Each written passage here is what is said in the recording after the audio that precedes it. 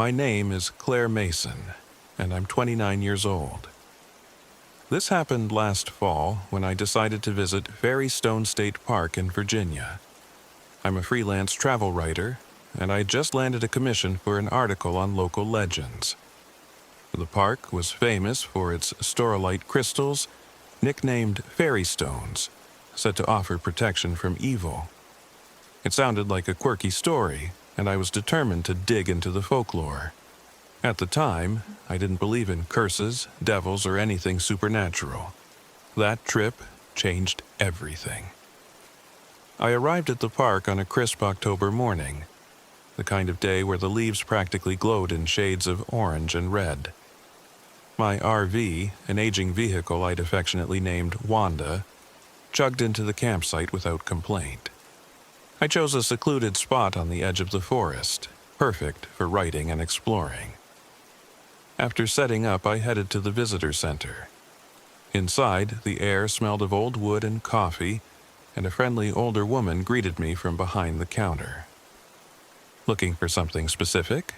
she asked, her name tag reading Maggie. I mentioned my article, and her eyes lit up. "Well, you'll want to hear about the Devil's Game then," she said, leaning forward conspiratorially. The name piqued my interest. "What's that?" Maggie explained that deep in the woods, near the old Fairy Stone mine, there was a clearing where people had been drawn into something she called the Devil's Game. They were given a chance to win their heart's desire, but the price was steep.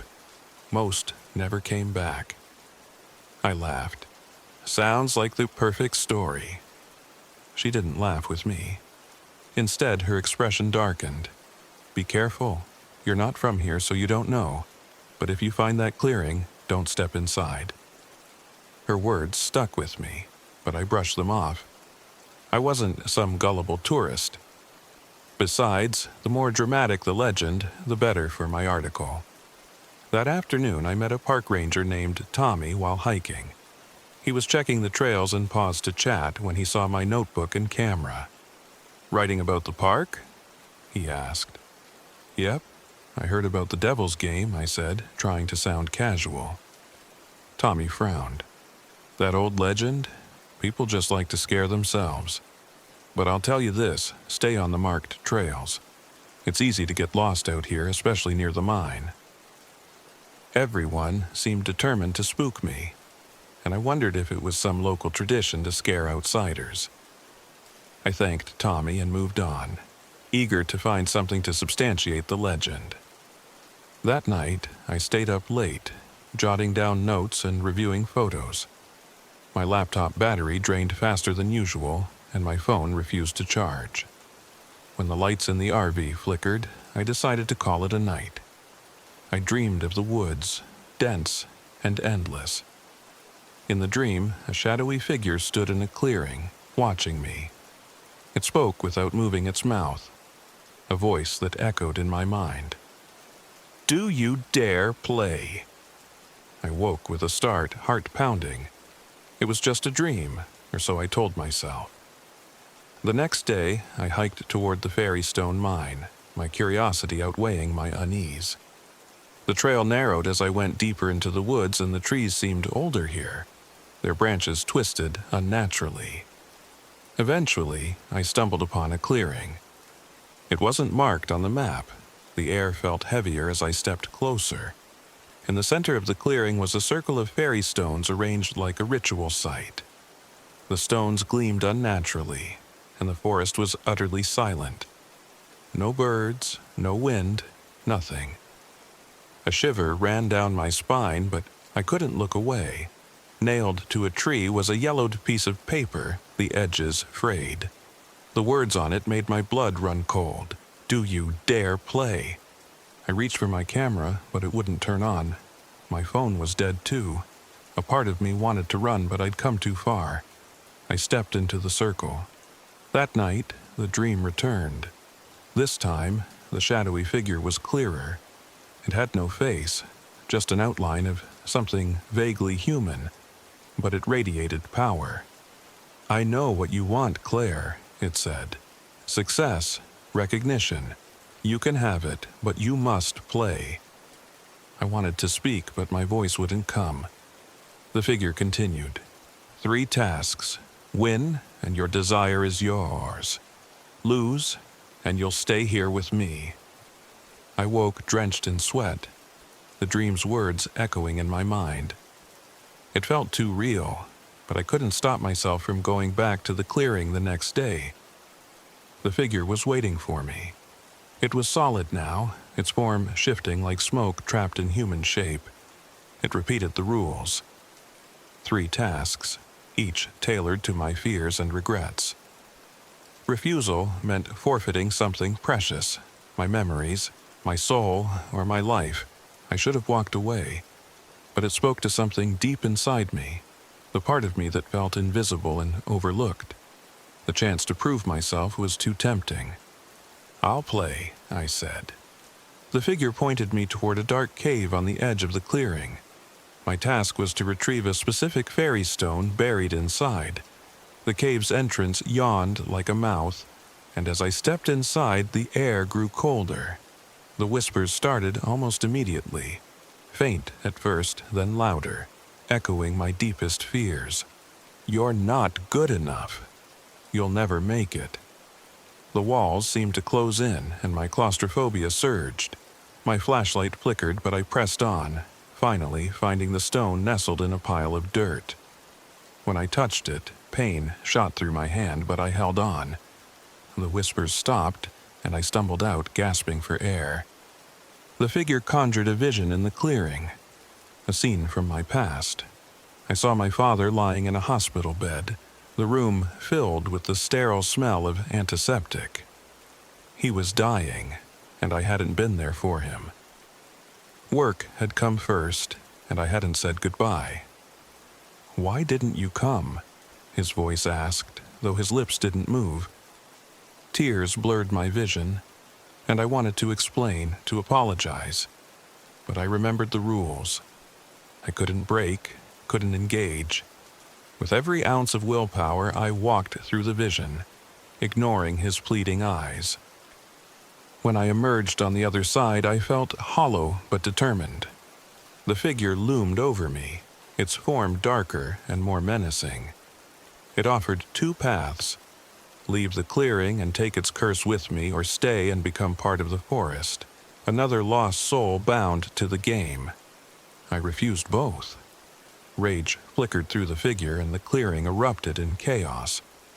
The stones glowed, the trees bent unnaturally, and the air burned.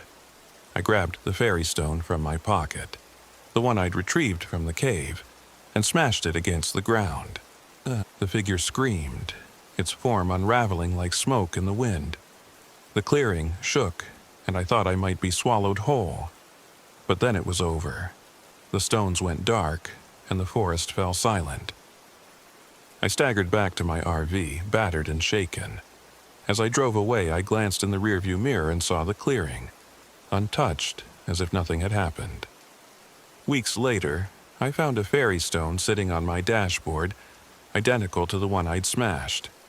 I never wrote the article. Some things aren't meant to be shared. But sometimes, late at night, I hear whispers. Do you dare play again?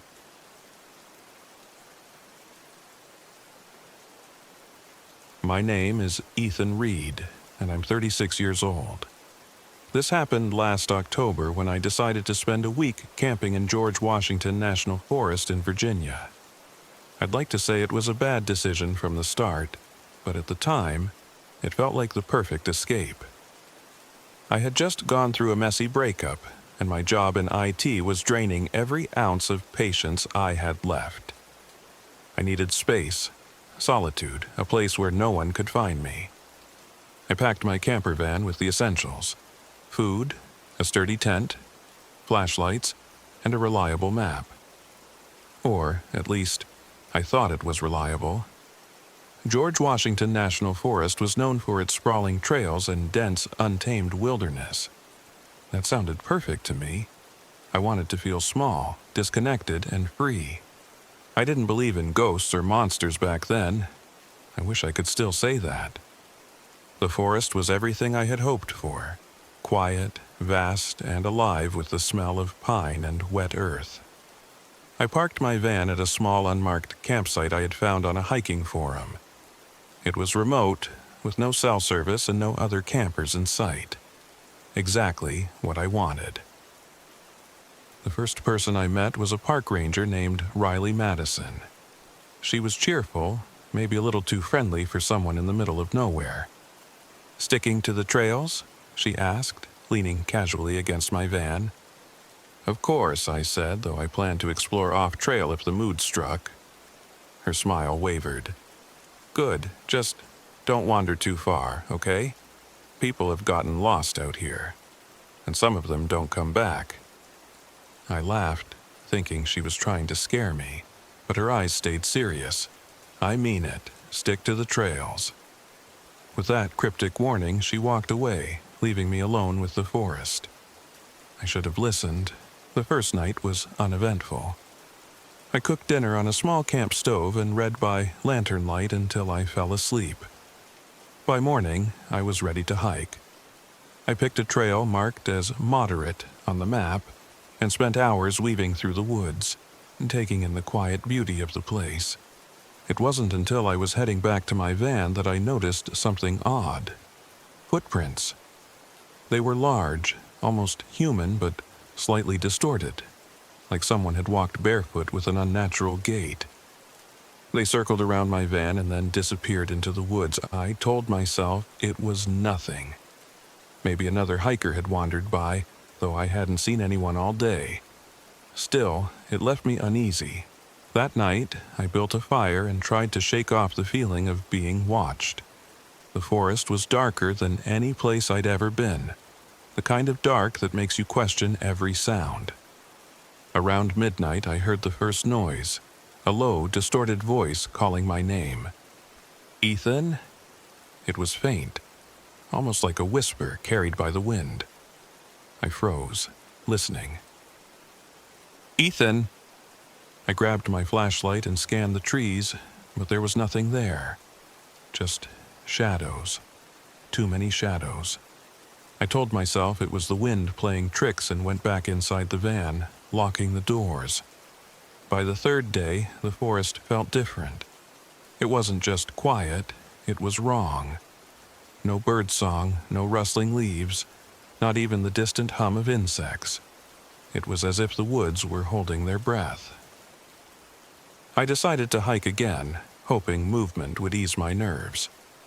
About a mile in, I met two hunters, Ben and Trevor. They looked rough, their faces pale and drawn. "You camping out here alone?" Ben asked, his voice tense. "Yeah, why?" He exchanged a glance with Trevor. "Just be careful. There's stuff out here. Things you don't want to see after dark." I tried to press them for details, but they clammed up, mumbling something about shadows that move. When they left, I felt more alone than ever. When I returned to camp, things started to spiral. My flashlight, fully charged that morning, began flickering. My camper van's GPS glitched, showing me in locations I hadn't visited.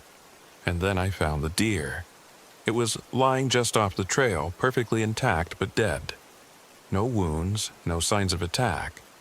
Its eyes were open, staring blankly at nothing. The sight made my stomach churn. That night, the voice came back, louder this time. "Ethan!" I didn't answer. "Ethan, come here." It wasn't just my name anymore. It sounded like her, like Amy, my ex-girlfriend.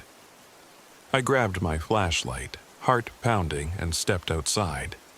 The forest was cloaked in fog, and the firelight barely reached the edges of the clearing.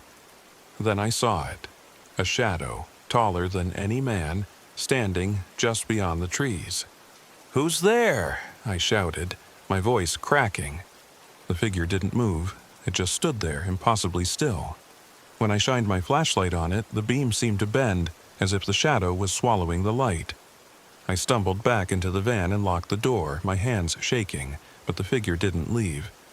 It stayed there all night, watching. By morning, I'd had enough. I packed up my gear, ready to leave, but my tires were slashed. deep, jagged cuts that no animal could have made. I felt trapped, like the forest itself was keeping me there. I decided to hike back to the main road, a grueling 12-mile trek. I carried only the essentials: water, a knife, and a flare for emergencies. The woods felt alive around me, the shadows shifting just out of sight. The shadow walker followed me the entire way. It stayed just at the edge of my vision, disappearing whenever I turned to look. I heard its voice again, mimicking Amy, my parents, even my own voice. "You're not enough, Ethan. You'll always be alone." By dusk, I couldn't take it anymore. I lit the flare, hoping to scare it off. The bright red light illuminated the trees, and for the first time, I saw it clearly. A tall, skeletal figure with elongated limbs and reflective eyes that glowed like fire. It didn't move, but its presence was suffocating. I screamed at it, waving the flare like a weapon. "What do you want from me?" It didn't answer. Instead, it stepped closer. Its movements slow and deliberate. I could feel its hunger, an emptiness that wanted to consume me. In a moment of desperation, I thrust the flare toward it. The light seemed to hurt it, its form rippling like smoke. It let out a low guttural sound, not quite a scream, and backed away into the shadows. I ran. I didn't stop until I stumbled onto a ranger's road where Riley found me. She didn't ask questions, just drove me back to the park's entrance. I never went back to George Washington National Forest. I told myself it was just my mind playing tricks, a combination of stress and isolation. But sometimes, late at night, I hear the voice again. "Ethan!" And when I look out my window, I swear I see a shadow, taller than any man, watching me from the street below.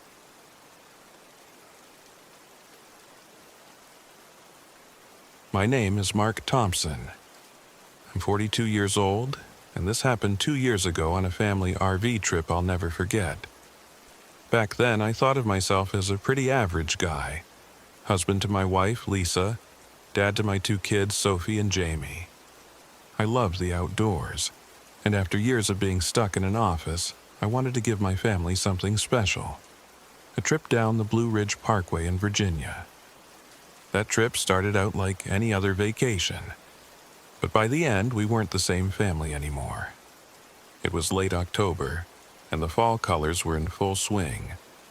Our plan was to drive along the parkway in our old RV, stopping at scenic spots to hike, take pictures, and camp. Lisa, 39, had her camera ready for the vibrant reds and oranges of the trees, and I was just happy to get us all out of the house for once. Sophie, 14, wasn't as thrilled. She slouched in her seat with her headphones on, grumbling about missing her friends.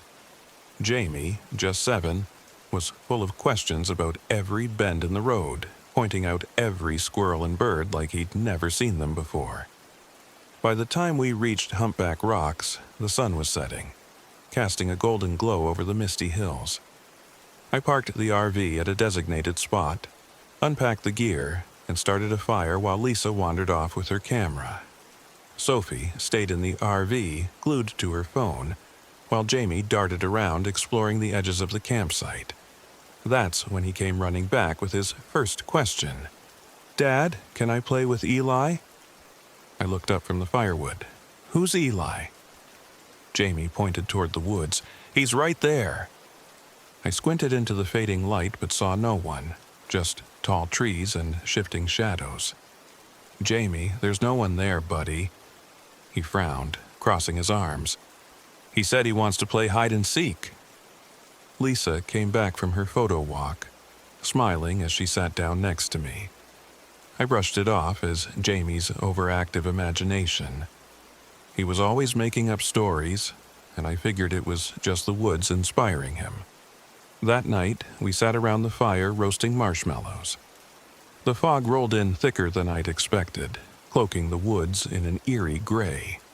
Sophie finally came out of the RV, her phone light glaring in the mist, and Jamie sat by my side, unusually quiet. When it was time to turn in, I noticed Lisa staring at her camera.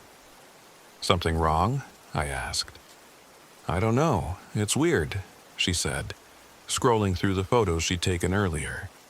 She held up the screen to show me. Most of the pictures were normal: trees, rocks, the sunset. But in the last few there was a faint blur in the corner. It looked like a boy. I couldn't be sure. "Probably a trick of the light," I said, though something about it sent a chill through me. We climbed into the RV, locked up, and settled in for the night. That's when the humming started. It was faint at first, like wind through the trees, but it didn't stop. It rose and fell, a low, unnatural sound that made my skin crawl. "Do you hear that?" Lisa whispered beside me. I nodded. Probably just the wind. But when Sophie banged on the wall separating her bunk from ours, shouting, "Can someone shut that up? I'm trying to sleep," I knew it wasn't just me. I grabbed a flashlight and stepped outside. The fog was thicker now, swirling like smoke. I scanned the trees but saw nothing. Then I noticed them. Handprints. Tiny, child-sized handprints smeared across the RV windows. My stomach dropped. I stepped closer to inspect them, but they were gone, like they'd never been there at all. Back inside, Jamie was wide awake, clutching his blanket. "Eli says he's lonely," he murmured. I exchanged a worried look with Lisa. "Jamie, who's Eli?" "He's my friend. He lives here." I tried to reason with him, but he wouldn't say another word. Eventually, he fell asleep, though Lisa and I didn't. The next morning, we decided to hike one of the nearby trails. Lisa and I thought some fresh air might shake off the weirdness of the night before. Sophie complained the whole way, her phone in hand, snapping sarcastic selfies. Jamie, on the other hand, seemed happier than ever. He kept stopping to talk to thin air, as though Eli were walking right beside him. We reached a large oak tree at the trail's end, a gnarled, ancient thing with a hollow at its base. Jamie ran ahead and knelt down, peering into the hollow. "What are you doing?" I called. "Eli says there's treasure here," he said, already digging into the dirt with his hands. Lisa and I hurried over, pulling him back. "There's nothing there, Jamie," I said firmly. He looked up at me, his face pale, his eyes distant. "Eli says it's his home." That evening, back at the RV, Lisa started researching. She found an old park pamphlet about the history of the area. It mentioned a boy named Elijah who'd gone missing in the 1800s. According to the story, he'd been blamed for luring other children into the woods, and when the townsfolk found his body near an old oak tree, they buried him there to contain the evil. I laughed nervously. That's just folklore. Every place like this has a spooky story. But Lisa wasn't convinced. And neither was I when the humming started again that night, louder this time. Around midnight, Jamie disappeared. We woke to find his bunk empty, the RV door wide open. Panic set in as we grabbed flashlights and ran into the woods calling his name. The fog was so thick it was like walking through a nightmare. Then we saw him. Jamie was at the base of the oak tree digging furiously into the dirt. "Jamie!" Lisa cried, rushing to him. "Nah!" He turned to face us, and I'll never forget the look in his eyes. They weren't his. They were hollow, dark, as though something else was looking through him. "He wants me to stay," Jamie said in a voice that wasn't his own. We dragged Jamie back to the RV, but the terror wasn't over. The humming followed us, rising to a deafening pitch. Lisa's camera flashed on its own, capturing image after image, each one revealing the same figure. A boy with hollow eyes standing outside the RV. Sophie's phone played distorted laughter on repeat, even when it was off. The walls of the RV groaned and shook as if something was trying to get in. We knew we couldn't stay. Lisa remembered the pamphlet's mention of the oak tree being the boys' resting place. We had to do something. Armed with an old stuffed animal Jamie had brought along, we returned to the tree. Marking the ground with trembling hands, Lisa placed the stuffed animal at the base of the tree. "Please, leave us alone," she whispered. "We're not here to hurt you." For a moment, the fog seemed to thin. The humming faded, and I thought it might be over. Then the boy appeared. He stepped out of the tree itself, his hollow eyes fixed on Jamie. He didn't speak, but his presence screamed his intent. He wanted our son. I grabbed an axe from our pack and swung it at the tree, hoping to destroy whatever connection it had to the spirit. Each blow echoed in the air, and with every strike, the boy screamed. Lisa screamed too, holding Jamie close, as Sophie sobbed beside her. The ground shook, the fog closed in, and I thought we'd be swallowed whole. But finally, with one last swing, the tree cracked and toppled. The boy let out a final piercing wail before vanishing into the fog. We left the Blue Ridge Parkway that night, abandoning the RV and driving straight home in silence. Jamie didn't speak for days, and Lisa refused to look at her camera again. When she finally did, she found one last photo. Eli standing outside the RV, staring at us with those hollow eyes. I still dream about that trip, and every time I wake I swear I hear humming in the distance.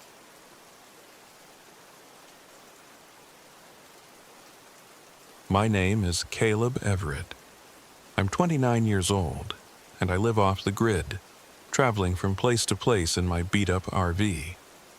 After serving 6 years in the Army, I left that world behind, hoping to find some peace in the wild. But the peace never came. Memories of the past, things I saw, things I did, follow me everywhere. I thought Douthat State Park in Virginia might be different. I thought I'd finally have some quiet. Instead, it became the place I came closest to losing my mind. The trip started like most of my others. I pulled into the park in the early afternoon, found a secluded spot near the lake, and parked the RV. Douthat was beautiful, no question about it. The dense pine trees seemed to stretch endlessly, their trunks standing like sentinels under a cloudless sky. A light breeze rustled the needles, and the lake reflected the surrounding forest like a mirror. I chose this place because of its remoteness. I didn't want to see or talk to anyone.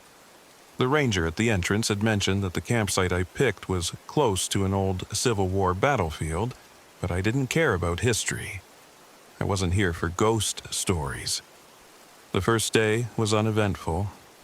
I fished a little, cooked dinner on a portable stove, and sat by the fire until the stars came out. When the fire burned down to embers, I crawled into my RV and fell asleep. Something woke me in the middle of the night. At first, I thought it was the wind, but then I heard it again, whispering. Soft, indistinct voices coming from outside. I sat up, my heart pounding. I peeked through the curtains but saw nothing but shadows. The voices continued, faint but persistent. It sounded like an argument, though I couldn't make out the words. I told myself it was just the wind in the trees, or maybe campers from a nearby site. But in the pit of my stomach, I felt something wasn't right. The whispers stopped just before dawn. I tried to brush off the incident and spent the morning hiking a trail that looped around the lake. The woods were eerily quiet, as if the usual sounds of birds and insects had been swallowed by the trees. About halfway through the hike, I spotted something strange. A rusted rifle, partially buried in the dirt. Its stock was splintered, and the barrel was covered in corrosion, but I could still make out initials carved into the wood. J.W. The sight of it sent a shiver through me. It wasn't uncommon to find relics like this in areas with Civil War history, but there was something about the rifle that felt wrong. Holding it gave me a sudden, vivid flash of a soldier lying on the ground. clutching his side as blood seeped through his uniform. He was screaming, his voice raw and desperate. I dropped the rifle and stumbled back, my breath coming in ragged gasps. I wasn't alone on the trail for long. I ran into a woman named Emma Langford, who was poring over a map near a fork in the path. She looked to be in her mid-30s, with a friendly but curious demeanor. "You look like you've seen a ghost," she said, noticing my pale face. "Just tired," I replied, not wanting to sound crazy. She introduced herself as an amateur historian researching Civil War sites in the park. When I mentioned the rifle, her eyes lit up. "This whole area was a battlefield," she explained. "There was a skirmish here in 1864. A Confederate unit was ambushed and slaughtered by Union forces. They say the soldiers were buried in shallow graves because the ground was too frozen to dig properly." "Sounds cheerful," I muttered. Emma smiled faintly. "There's more to it. Some people believe the soldiers' spirits are still here, restless because they never had a proper burial." I didn't tell her about the whispers or the vision. I thanked her for the history lesson and headed back to my RV. That night, the voices came back. They were louder this time, clearer. They didn't sound like random whispers anymore. They sounded like men talking. Their words were disjointed, fragments of sentences that didn't quite make sense. "Hold the line. They're coming. We can't retreat." I sat frozen in the darkness, listening. My training told me to stay calm, but my instincts screamed at me to leave. When I finally worked up the courage to look outside, I saw shadowy figures moving between the trees. They weren't solid, more like wisps of smoke shaped into human forms, and they were watching me. I shut the curtains and tried to convince myself I was hallucinating. But then the handprints appeared. Fog had collected on the RV windows, and clear, distinct handprints were pressed into the glass from the outside. I grabbed the small handgun I kept under the bed and sat with my back against the door, waiting for dawn. The next morning, I found Emma near her campsite. Her tent was packed up and she looked uneasy. "Did you hear anything last night?" I asked. She hesitated. "I thought I heard voices. I'm leaving. This place doesn't feel right." Before she left, she gave me an old map marked with the location of the battlefield. "If you're curious, this might help," she said, then drove off in her Jeep. I didn't want to go. Every instinct told me to leave the park and never look back. But something about the map drew me in, as if it was calling to me. I followed the map into the woods, deeper than I'd gone before. The air grew colder, and the trees seemed to crowd closer together. Eventually, I came to a clearing where the ground was uneven, mounded in places as if something lay buried beneath. Rusted rifles and bayonets were scattered among the roots, and the smell of damp earth and decay filled the air. That's when I saw them. They emerged from the trees, ghostly figures in ragged uniforms. Their faces were twisted with anger and pain, their eyes hollow. One by one, they surrounded me, their voices a cacophony of accusations. "Coward!" one shouted. "Traitor!" screamed another. I realized they weren't just ghosts. They knew me. They were dredging up my past, using my own guilt against me. Memories of my time in the army flooded back. The ambush that killed 3 of my friends. The orders I disobeyed. The moments I wished I could forget. "Why did you survive?" one of the soldiers demanded, stepping closer.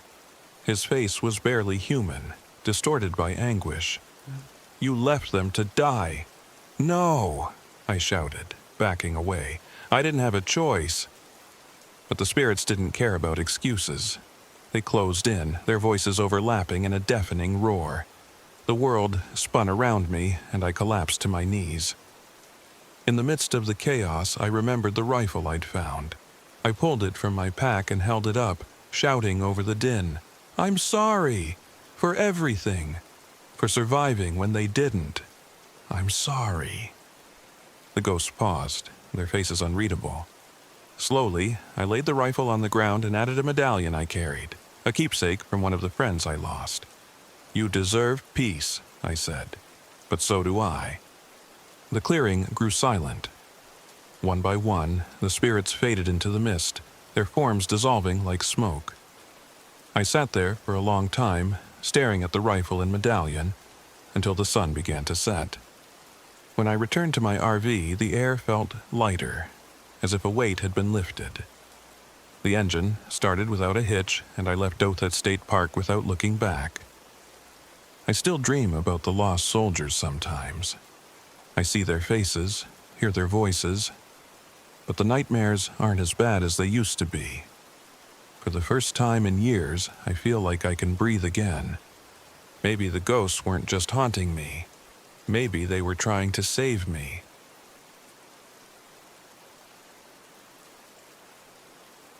My name is Marcy Holloway. I'm 32 years old, and I work as an investigative journalist. My job usually involves exposing frauds, paranormal claims, hoaxes, cults, and the like. I've made a career out of proving that the monsters under the bed are just shadows. But what happened to me last summer on Tangier Island wasn't a hoax. It was something I can't explain, no matter how hard I try. I was chasing a story about a centuries-old legend. The locals called it the Witch's Curse, a tale of vengeance that had terrified the residents of Tangier Island for generations. The legend didn't intimidate me. I'd debunked enough ghost stories to know better. So I packed my RV and drove to the Chesapeake Bay, determined to find the truth. The island was only accessible by ferry, and as I waited to board, a local fisherman warned me. "You don't belong on Tangier," he said, his face weathered by the sun and sea. "The witch don't like outsiders poking round." I smiled politely and brushed him off. Superstitious warnings like that were common in my line of work. I didn't believe in curses, but I should have listened.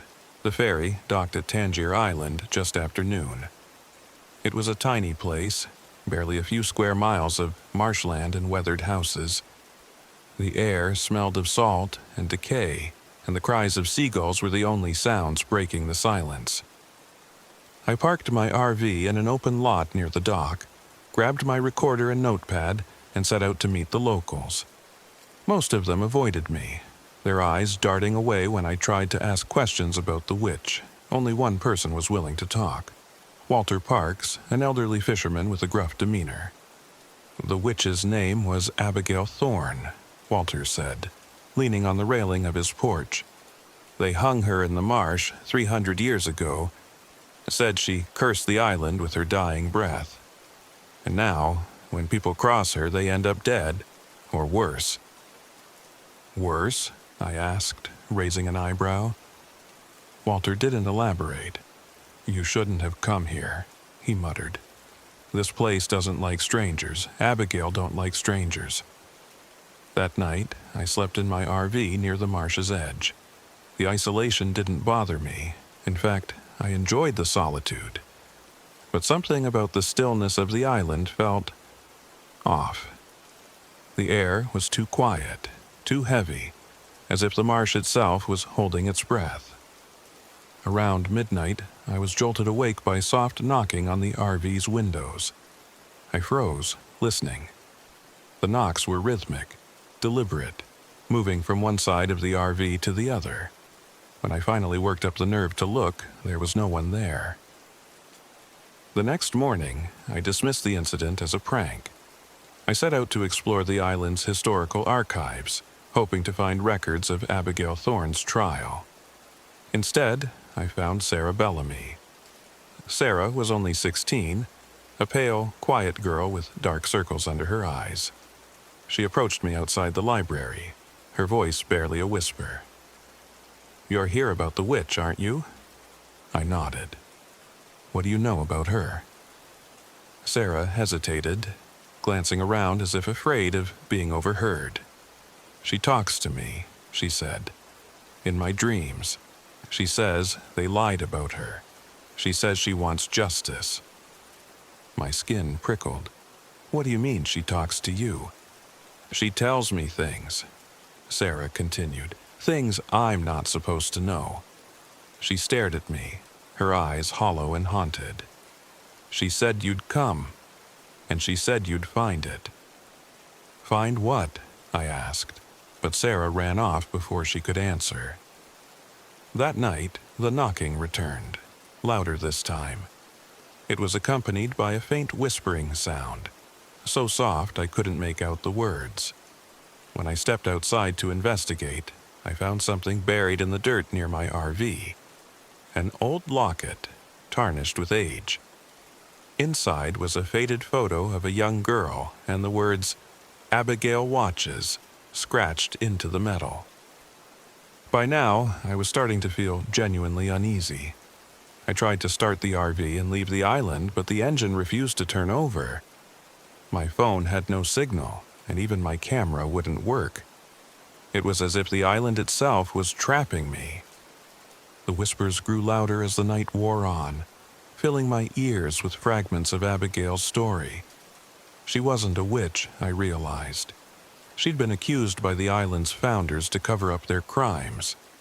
The evidence was hidden somewhere in the marsh. The next day, I found an old journal in the library archives, written by one of Abigail's accusers. It confirmed what I'd suspected. Abigail Thorne had been innocent. The founders had killed her to protect their wealth and power, and they'd buried their secrets with her in the marsh. But the journal held a warning, too. Abigail's vengeance is eternal, the final entry read. She will not rest until the truth is revealed. That night, Sarah came to me again, her face pale and her voice trembling. She's angry, she whispered. She says you're close, but you need to hurry. If you don't finish what she started, she'll never let you leave. As a storm rolled in, I ventured into the marsh, guided by the whispers in my mind. The water was ankle-deep, the mud sucking at my boots with every step. Lightning illuminated the skeletal trees, casting eerie shadows across the marshland.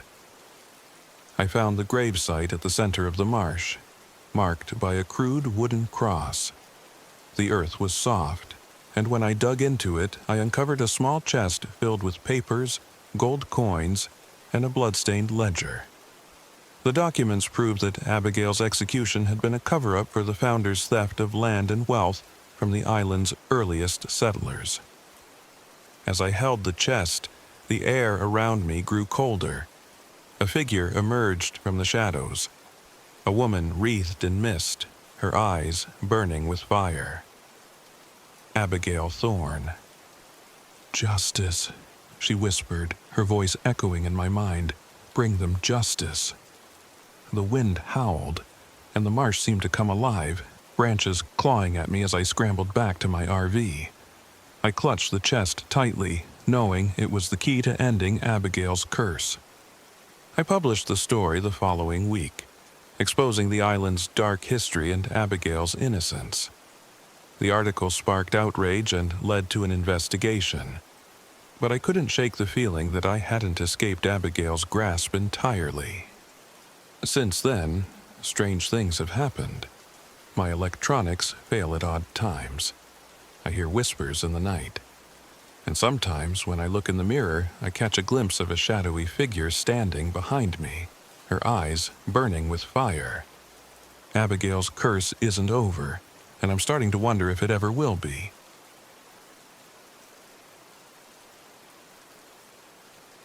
My name is Rachel Carter. I'm 29 years old, and this happened last September. I work as a freelance writer and photographer, but if I'm being honest, I'd hit a rough patch. My last 3 pitches were rejected, my rent was overdue, and I was running out of time to prove that my choice to pursue this career wasn't just a pipe dream. That's why I went to Cold Spring Hollow in Shenandoah National Park. I'd read about it in an obscure forum for hikers. a secluded, fog-covered trail known for its haunting beauty and eerie legends. It seemed like the perfect subject for an article, a hidden gem steeped in local folklore. My editor wouldn't be able to say no to that. Or so I thought. I arrived mid-afternoon, parking my RV near the trailhead. The drive-up had been uneventful, though the last stretch of road was little more than a dirt path winding through dense forest. The air was cool and damp, and a thin mist clung to the trees. It was quiet, too quiet if I'm honest, but I chalked it up to being far from civilization. After unloading my gear, I set off with my camera and notebook, eager to start exploring. The trail wound through the woods like a snake, twisting and narrowing until I could barely see 10 feet ahead. The fog thickened as I walked, muffling every sound except the crunch of my boots.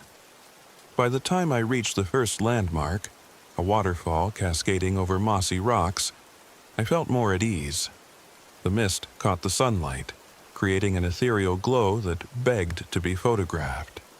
I snapped a dozen pictures, making a mental note to include this spot in my article. It wasn't until later, reviewing the photos back at the RV, that I noticed something strange. In one of the shots, just at the edge of the frame was a shadowy figure. At first, I thought it was a trick of the light, maybe a tree casting an odd shadow, but the more I stared, the less sense it made. The figure had a vaguely human shape, tall, with arms and legs, but it was too dark, almost like it was absorbing the light around it. I told myself it was nothing. I'd probably just overexposed the shot. But that night, lying in my bunk with the photos spread across the table, I couldn't shake the feeling that something was watching me. The next day, I set out early, determined to capture more of the trail before the light shifted. The fog was thicker than the day before, rolling in heavy waves that made it hard to see. That's when I noticed the footprints. They weren't mine, and they weren't from any animal I could recognize. They were human-shaped, but elongated, with toes that ended in sharp points. They crisscrossed the trail in a chaotic pattern, leading off into the woods. Probably just someone messing around, I muttered, though my voice sounded hollow in the fog. I kept walking, but the footprints stayed with me, appearing every few yards, always heading deeper into the forest. The real terror started that afternoon. I'd been hiking for hours, stopping occasionally to jot down notes or take pictures. The fog had begun to thin, and I was feeling more confident, even optimistic. Then I heard it. A whisper, soft and indistinct, like someone speaking just out of earshot. I froze, holding my breath. The whisper came again, this time from a different direction. "Hello?" I called, my voice trembling. No answer. The whispers grew louder, overlapping until they became a chorus of voices. Some were pleading, others angry, but none of them made sense. Panic set in. I turned and started back the way I'd come, but the trail didn't look the same. The trees seemed closer, their branches intertwining to form a canopy that blocked out the light. The whispers followed me, growing more insistent. By the time I reached the RV, I was shaking. That night, I locked the doors and pulled the curtains tight. I tried to review my photos, hoping the familiar routine would calm me down, but what I saw only made things worse. The shadowy figure was in every shot. Sometimes it was far off, hidden among the trees. Other times it was closer, its form sharper, more defined. Its eyes, or what I assumed were eyes, glowed faintly, like embers in the dark. I deleted the photos, but the unease lingered. The next morning, I decided to leave. I packed up quickly, throwing my gear into the RV without bothering to organize it. But when I tried to start the engine, it wouldn't turn over. "Come on," I muttered, twisting the key again and again. Nothing. I grabbed my phone, hoping to call for help, but there was no signal. The GPS was dead too, the screen flickering before going completely black. That's when I saw the shadow. It was standing at the edge of the clearing, just beyond the reach of the morning light. It didn't move, didn't make a sound, but I could feel its gaze. I slammed the door shut and grabbed the knife I kept in the glove compartment. It wasn't much, but it was better than nothing. Desperate for answers, I decided to retrace my steps. I followed the trail back to where I'd first seen the footprints. The fog was thinner now, and I noticed something I hadn't before, a faint path leading off into the woods.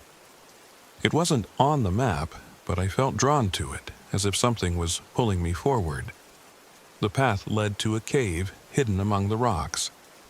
The entrance was marked by carvings, similar to the ones I'd seen on the trail, but more intricate.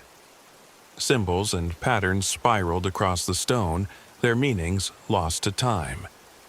Inside, the air was cold and stale, and the whispers returned, echoing off the walls. I followed them deeper, my flashlight cutting through the darkness. At the far end of the cave, I found a small altar. On it rested an obsidian figurine, shaped like a humanoid figure with elongated limbs. The whispers grew louder, almost deafening. I realized then what the shadow wanted. I grabbed the figurine and ran. The moment I stepped outside, the forest came alive. Shadows darted between the trees, their movements too fast to follow. The fog thickened, obscuring the path, but I didn't stop. By the time I reached the RV, I was out of breath and trembling. The shadows were closer now, surrounding the clearing, their glowing eyes staring at me from the dark. I knew what I had to do. I grabbed my camera, the one thing I couldn't bear to lose, and placed it beside the figurine. "Take it," I whispered, my voice cracking.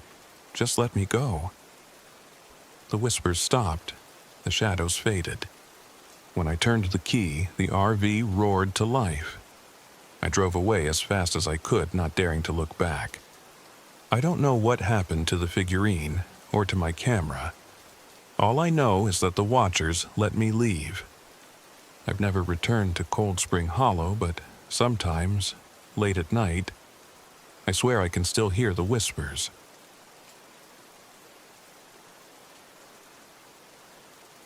My name is Mark Jensen. I'm 32, and this happened last October. It was the first time I'd ever gone camping alone. My first attempt at doing anything alone, really, since my divorce. I was tired of being stuck in my apartment, haunted by memories of my ex-wife, the arguments, the silence. So, I decided to pack up my RV and head out to Jefferson National Forest, to a trail called Stony Creek. I told myself it was about rediscovery, finding independence again. That was the story I gave my friends when I told them where I was going. What I didn't tell them was that I was terrified of being by myself, that I didn't know if I'd come back feeling any better or come back at all. The first day went better than I expected.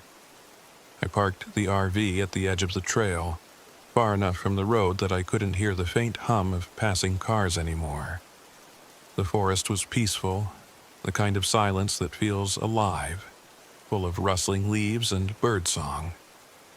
I set up camp near a small clearing by Stony Creek, close enough to hear the water rushing over rocks. I spent the afternoon hiking, getting my bearings, snapping a few pictures for the friends who'd said I was crazy for going off-grid. By the time the sun started to set, I was back at the RV, feeling good about my decision. That first night, I sat by the fire with a thermos of instant coffee, staring at the stars. It felt like I'd finally managed to leave all the noise of my life behind. But then came the second day. It started with a bad omen. I'd planned to hike further up the trail, maybe find a good spot to take in the view, but a storm rolled in overnight, leaving the ground slick with mud. The air was heavy and damp, and my boots sank into the earth with every step. About 2 miles in, I spotted something strange. Hidden among the trees, just off the trail, was the mouth of an old mine shaft. It was boarded up, the wood weathered and rotting, but I could see enough to know it went deep. There were carvings on the rocks surrounding it. Words, or maybe symbols, I couldn't tell which. The carvings looked jagged and desperate, like someone had scratched them into the stone with a knife or bare hands. I should have turned back right then, but curiosity got the better of me. I stepped closer, peering into the darkness. The air around the mine felt colder, sharper. I thought I heard something, like a faint hum, deep in the earth. That night, the whispers started. I was lying in my RV, staring at the ceiling when I heard the first one. "Mark." It was faint, like someone calling my name from far away. I bolted upright, my heart pounding. "Hello?" I called, my voice too loud in the silence. Nothing. Just the sound of the creek. I told myself I was imagining things, a trick of the wind or the rushing water. But as the hours dragged on, the whispers came back. Sometimes they were faint murmurs. Other times they were clearer, like voices just outside the RV. "Help us." I barely slept. The next morning, I found my hiking stick broken in two, lying in the center of the clearing. I was sure I'd left it leaning against the RV door the night before. "Probably just fell over," I muttered, though I didn't believe it. The day passed in a blur. I tried to shake the feeling of being watched, but it clung to me like a second skin. Shadows moved in the corners of my vision, and twice I thought I heard footsteps behind me, though I saw nothing when I turned around. I spent the evening checking the RV's engine and battery, just in case I needed to leave in a hurry. Everything seemed fine, until I tried to turn on the lights. They flickered once, then died completely. I grabbed a flashlight and went to check the wiring. That's when I saw them. Footprints, leading away from the RV. They were too large to be mine, and they didn't look human. The toes were elongated, with deep claw marks gouged into the mud. They led straight into the trees, toward the mine. That night, the whispers became screams. "Help us!" they cried, louder than before. I clutched the flashlight, shining it around the RV, but the beam seemed weaker than it should have been. The banging started next. Something slammed against the side of the RV hard enough to make it rock. I grabbed the emergency hatchet I kept by the door, my knuckles white around the handle.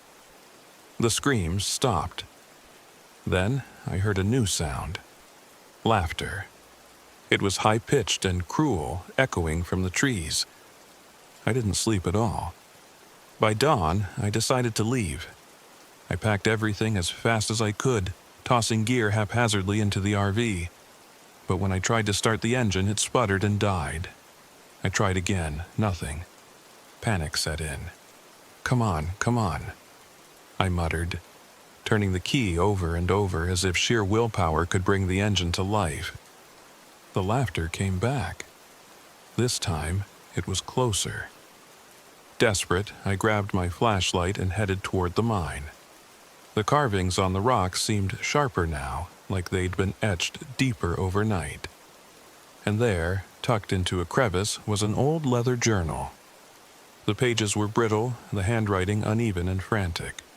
The journal spoke of a mining accident that had killed dozens of men, trapping them underground.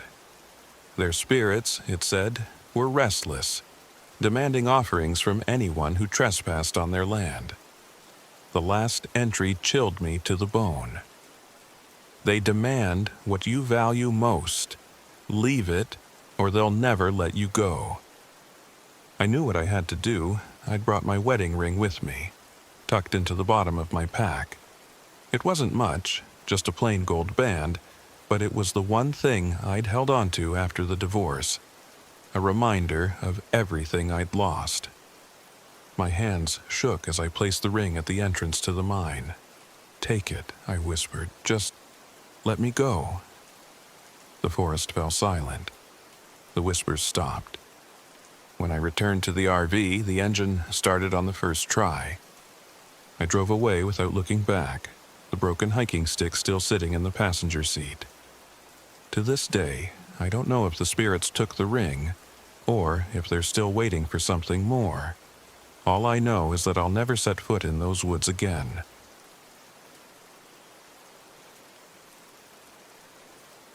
My name is Mia Thompson. I'm 28 years old, and this happened in October of last year. It was my birthday, and instead of throwing a party or going to a bar like a normal person, I decided to go RV camping in Jefferson National Forest, Virginia. Don't ask me why. Maybe it was because I'd spent most of the year cooped up in a small apartment, or maybe it was just an excuse to get my two closest friends back together. Either way, I never expected the trip to end the way it did. We parked the RV just before sunset, deep in a part of the forest that didn't see much traffic. The air smelled of pine and damp earth, and the nearest trailhead was at least 2 miles back. Perfect, I thought. A whole weekend off the grid. Tom, my best friend since college, wasn't so thrilled. He was a planner, always carrying backup gear and obsessing over maps. "We should have stuck to the marked trails," he muttered, glancing at the dimming sky. "This spot doesn't feel right." Eric, on the other hand, loved the isolation. He was the wild card in our trio, a guy I'd met through a mutual friend and invited along to shake things up. Tall, cocky, with a smirk that could charm or irritate, he treated the trip like one big joke. "Relax, Boy Scout," Eric said, tossing a bag of marshmallows onto the picnic table. "What's the point of camping if you're not a little lost?" I laughed and tried to keep the peace, though I could tell the tension between them was building. Eric hadn't brought half the stuff he was supposed to. No extra flashlights, no tarp, not even a map. Tom hated that kind of carelessness. We set up the fire pit and cooked dinner, trying to shake off the unease that hung in the air. But as night fell, the forest came alive with strange sounds. Cracks of branches, distant rustling, the occasional hoot of an owl. Normal forest stuff, I told myself, though it all seemed louder, closer somehow. The first sign that something was wrong came just after midnight. We were sitting around the campfire, trading stories and drinking cheap whiskey, when we heard it. A voice, faint and distant, calling my name. "Mia!" I froze, the bottle halfway to my lips. Tom looked at me sharply. "Did you hear that?" "It's probably the wind," Eric said, but he didn't sound so sure. Then it came again, louder this time. "Mia, help!" It sounded like Tom's voice, but Tom was sitting right next to me. I turned to him, my chest tightening. "Was that you?" He shook his head, his face pale. "No." Eric stood, peering into the dark trees. "Somebody's out there, probably lost. We should check it out." "Are you insane?" Tom snapped. "We don't even know who or what that is." "Guys," I said, my voice shaking, "let's just stay by the fire. If it's someone who needs help, they'll come to us." Eric shrugged and sat back down, though he kept glancing over his shoulder. The voice didn't call again, but the forest felt heavier, as if it were holding its breath. The next morning, we found the tracks. Tom was the first to notice them, just outside the RV. "Look at this," he said, crouching down. I joined him and felt my stomach twist. The prints were huge, long, human-like, but with deep claw marks at the toes. "Bear?" I asked, though I knew it wasn't. Tom shook his head. "No way, these are too strange." Eric laughed nervously. "Maybe it's Bigfoot. You know, Virginia's best-kept secret." But the humor didn't stick. Something had been watching us, circling our camp in the night. Eric volunteered to gather firewood while Tom and I cleaned up the camp. He was gone longer than expected, long enough that I started to worry. When he finally returned, he was carrying an armful of sticks, but something about him seemed off. "Sorry," he said, dropping the wood by the fire pit. Got turned around out there?" Tom eyed him suspiciously. "You were gone for an hour. The trees aren't that dense." Eric shrugged, avoiding eye contact. "Whatever, man. I'm back now." But his voice sounded wrong, just slightly off-pitch, like a recording played at the wrong speed. That night, the tension boiled over. Tom confronted Eric about his strange behavior, accusing him of being careless and putting us at risk. Eric snapped back, calling Tom a buzzkill.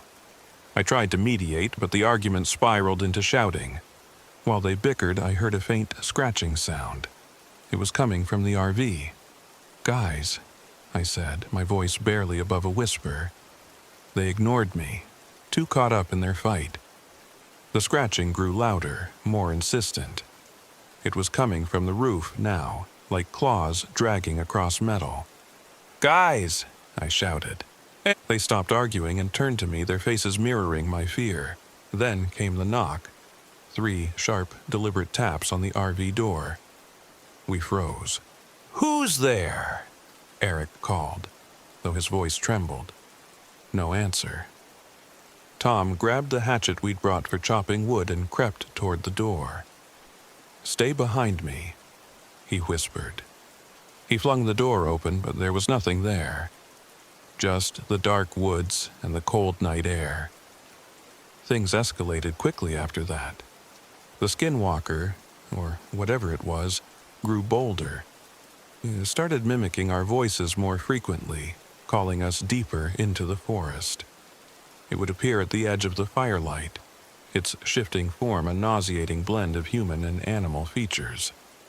Eric became increasingly erratic, muttering to himself and refusing to sleep. Tom and I started to suspect that he'd been influenced somehow, maybe even possessed. The final straw came on our 3rd night. We were huddled in the RV, barricading the windows with blankets, when Eric suddenly stood and opened the door. "What are you doing?" I shouted, grabbing his arm. "It's calling me," he said, his eyes vacant. "I have to go." Tom tackled him, pinning him to the floor. "You're not going anywhere." But Eric fought like a wild animal, scratching and biting until Tom finally had to tie him up with the rope we'd brought for climbing. By dawn, we knew we couldn't stay. We packed up the RV as quickly as we could, but as we prepared to leave, the skinwalker made its final move. It attacked just as we were starting the engine, slamming into the side of the RV with a force that nearly tipped it over. Its face appeared in the window, a twisted, horrific blend of human and beast. Eric, still tied up, began screaming, his voice blending with the creature's. Tom hit the gas, and we barreled down the dirt road, the creature chasing us until we reached the highway. We never spoke about what happened after that. Eric didn't come back with us. He ran into the woods during the attack and was never seen again. Tom and I tried to report it, but what could we say? That a mythical creature had killed our friend? To this day, I don't know what we encountered in Jefferson National Forest, but I do know one thing. Some places are better left unexplored.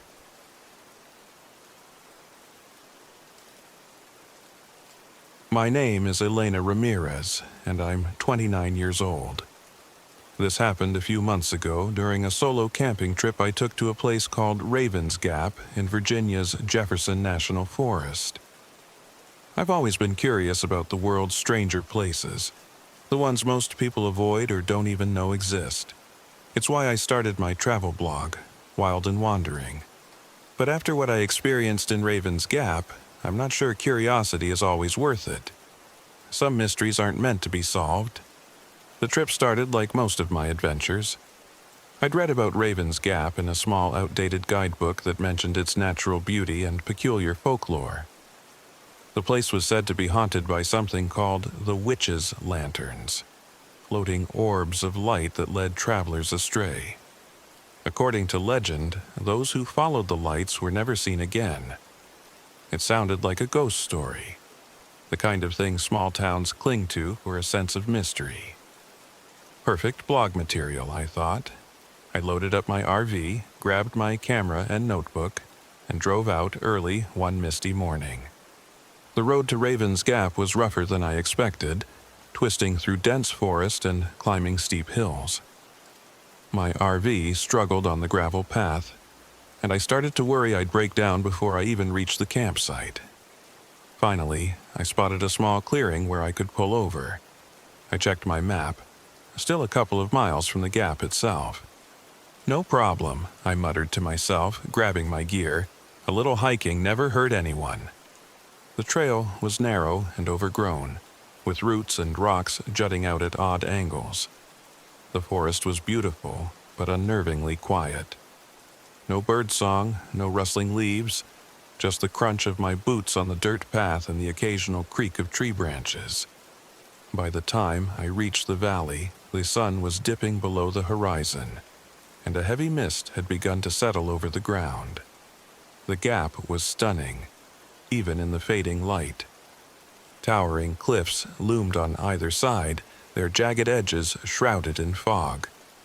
In the center of the valley, a cluster of moss-covered boulders formed a natural amphitheater. I set up camp near the rocks, snapping a few photos as the last light disappeared. As I sat by my small fire, jotting down notes about the eerie atmosphere, I saw it, the first light. It appeared at the edge of the clearing, a faint glow bobbing gently in the mist. At first, I thought it was a firefly, but it was too large and steady. Then another appeared, and another, until a dozen or more lights floated in the distance like a string of lanterns swaying in the wind. I grabbed my camera and started taking pictures, but no matter how many settings I adjusted, the lights wouldn't show up in the photos. Frustrated, I set the camera down and stared at them instead. They moved slowly, almost rhythmically, drifting deeper into the forest.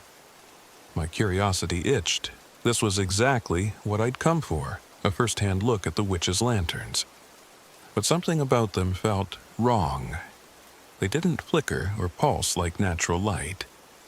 Instead, they seemed alive, watching me as much as I was watching them. I stayed by the fire, telling myself I'd investigate in the morning. That night, I woke to the sound of whispers. At first, I thought it was the wind, but as I lay there, straining to listen, I realized the whispers were words. Soft, indistinct, and layered, as if 100 voices were speaking at once. Elena. My breath caught. My name. I sat up, heart pounding, and looked outside. The lights were back, closer this time, their glow casting faint shadows on the trees. The whispers grew louder, and I swore I heard my grandmother's voice among them. "Elena, why are you here?" I scrambled out of the tent, flashlight in hand. "Who's there?" The lights flickered, then began to move, leading into the woods. My flashlight flickered too, its beam cutting in and out. I took a cautious step forward, then another, until I was following the lights without even realizing it. I don't know how far I walked or how long I was gone. The forest seemed endless, the trees stretching impossibly high and the fog thickening with every step. The whispers faded, replaced by a low hum that vibrated in my chest. Then I saw it, a campfire. At first, I felt relief. Someone else was here. But as I approached, I realized the fire was cold, its embers long dead. Around it lay belongings, an old canteen, a tattered blanket, a rusted tin plate, all covered in a fine layer of moss. It looked like the camp had been abandoned for decades, yet everything felt disturbingly fresh, as if the owner had just stepped away. A chill ran down my spine. I backed away only to trip over something half buried in the dirt. It was a small cairn of stones, and beneath them I found a journal.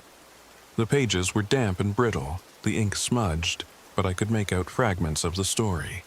She cursed us. The lights, they're her eyes. Don't take what isn't yours. I shoved the journal into my bag and ran back toward camp, or at least I tried to. The forest seemed to shift around me. the trees rearranging themselves like a maze. My flashlight went out entirely, leaving me in near total darkness except for the faint glow of the lights, now circling me like vultures. I stopped, panting, and looked around. That's when I saw her. A figure stood in the fog, tall and thin, her face obscured by shadow. She held a lantern in one hand, its flame casting an unnatural, greenish glow. Her other hand was outstretched, bony fingers beckoning me forward. Elena. Her voice was like dry leaves scraping against stone, hollow and echoing. I turned and ran. When I finally stumbled back into camp, the fire was out, and deep claw marks gouged the side of my RV. The windows were smeared with mud, as if something had been trying to get in. My hands shook as I fumbled with the lock, collapsing inside and barricading the door with everything I could find. I pulled out the journal and read through it by flashlight. It belonged to one of the settlers from the 1800s, a man who had been part of the group that accused a local woman of witchcraft. They'd burned her alive in the valley, but not before she cursed them and their descendants. The lanterns, the journal said, were her eyes, watching for those who trespassed on her land. And the only way to escape her wrath was to return what they had taken from her. A silver locket. The next day, I set out to find the locket. The lights followed me as I hiked deeper into the forest, their glow brighter now, almost blinding. The whispers returned, louder and angrier, filling my ears with accusations. Finally, I came to a hollow tree split open like a jagged wound. Inside I found bones, human bones, tangled with roots and covered in moss. And there, nestled among the remains, was the locket. It was tarnished and cold, its chain broken, but as I held it, the forest seemed to hold its breath. Elena, the voice was right behind me. I turned slowly, and there she was, the witch, her face a mask of light that burned into my eyes. She loomed over me, impossibly tall, her lantern swinging like a pendulum. "You don't belong here," she hissed. "I'm sorry," I whispered, holding out the locket. She reached for it, her skeletal fingers brushing mine, but then she stopped. Her head tilted, and her glowing eyes seemed to pierce through me.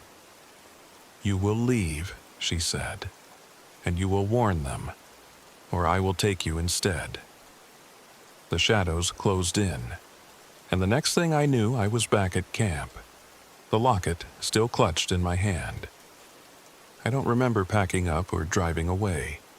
When I finally came to, I was miles from the gap, the forest a distant memory.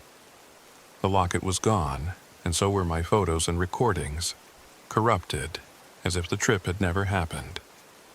I wrote about Raven's Gap on my blog, but I didn't tell the whole truth. I simply warned my readers to stay away, to leave the lanterns undisturbed. Some listened, others didn't. Every now and then I hear whispers in the wind calling my name, and I wonder if the witch is waiting for me to fail.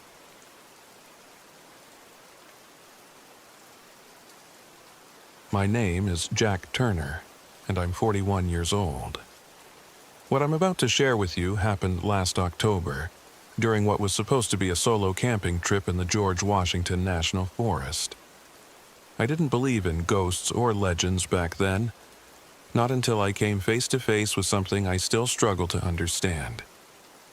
I'd just gone through a divorce after 10 years of marriage. The whole ordeal had left me hollowed out, questioning every decision I'd ever made. My ex-wife, Rachel, had been the center of my life for so long that, without her, I didn't know who I was anymore. I needed time to think, away from work, people, and the suffocating small talk of well-meaning friends. That's why I packed up my old RV and headed for Dismal Hollow. I'd read about it in a local history book, an early settlement now abandoned, with a reputation for being haunted. It seemed like the perfect mix of isolation and intrigue. I told myself the trip was about reconnecting with nature, but Deep down, I was searching for answers, or maybe an escape. The first sign of trouble came before I even reached the campsite. My GPS, which had been working fine, suddenly went haywire, leading me down a narrow, unpaved road. The deeper I went, the rougher the terrain became, until the RV lurched to a stop. The back wheels had sunk into a patch of muddy earth. "Great," I muttered, stepping outside to assess the damage. Fog hung low over the ground, thick and suffocating, muffling even the sound of my footsteps. I tried to reverse, but the tires only spun uselessly. With no signal on my phone and the sun dipping below the horizon, I resigned myself to staying put. I'd sort it out in the morning. For now, I decided to explore the area and take a few photos. The forest around me was beautiful in a haunting kind of way, with twisted trees and a carpet of moss that seemed to drink in all sound. As night fell, the forest grew unnervingly quiet. No insects, no rustling leaves, just silence, as if the woods themselves were holding their breath. I locked the RV and settled in for the night, but sleep didn't come easily. Around midnight, I heard it, the soft crunch of footsteps circling the RV. At first, I thought it might be an animal, but the steps were deliberate, heavy, too human to dismiss. I held my breath, straining to listen. Then came the whisper. "Jack." It was faint, almost drowned out by the pounding of my heart, but unmistakable. My name. I grabbed the flashlight from the bedside table and peered out the window, but the fog was so thick I couldn't see beyond a few feet. The whisper came again, closer this time. "Jack, why did you leave?" My stomach twisted. It was Rachel's voice, but distorted, like a recording played at the wrong speed. My logical brain tried to explain it away. Stress, maybe even a dream. But I couldn't shake the feeling that something was out there. The next morning, I found strange carvings on the trees near the RV. Circles with slashes through them, like primitive wards or symbols. I traced one with my fingers, feeling a strange chill radiate from the bark. Nearby, I found a torn page from an old journal, half buried in the dirt. The handwriting was faded, but I could make out a warning. Don't follow the voice. Don't look into the fog. I should have left then and there, but the RV was still stuck, and part of me was too stubborn to give up. I spent the day trying to free the vehicle, but the mud seemed to cling tighter with every attempt. By evening, I was exhausted and frustrated, my nerves frayed from the eerie quiet of the forest. That night, the whispers returned. This time, they weren't just outside. They were everywhere. Inside the RV. In my ears, in my head. "Jack, come outside." The voice wasn't just Rachel's now. It shifted, changing to mimic other voices from my past, my father's, my childhood best friends, even my own. Each one called to me, beckoning me into the fog. I clamped my hands over my ears, but it didn't help. The whispers were inside me, crawling under my skin. Desperate, I grabbed the flashlight and stepped outside, shouting into the darkness. "Who's there? What do you want?" The forest answered with silence. And then, in the distance, I saw it. A shadowy figure standing motionless among the trees. At first, I thought it might be another camper, but as I moved closer, I realized there was something wrong. The figure was featureless, its face a smooth, hollow void. It didn't move, didn't breathe, just stood there, watching. I stumbled back, my heart hammering in my chest. The figure took a single step forward, and I bolted, running blindly through the fog. I didn't stop until I reached an abandoned farmhouse I'd passed earlier that day. Inside, the air was damp and cold, the floorboards warped with age. Strange symbols covered the walls, identical to the ones I'd seen on the trees.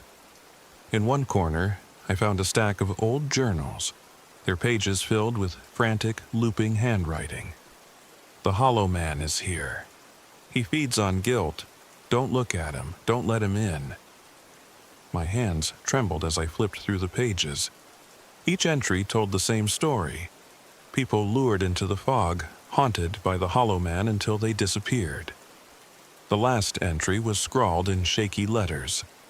"Give him what he wants, or he'll take it." A sudden thud upstairs made me jump.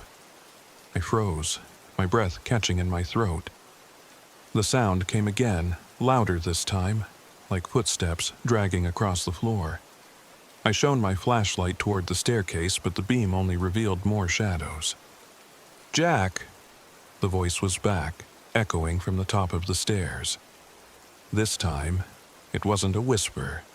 It was a guttural, inhuman growl. The air grew colder, and I felt an oppressive weight pressing down on me, making it hard to breathe. I ran.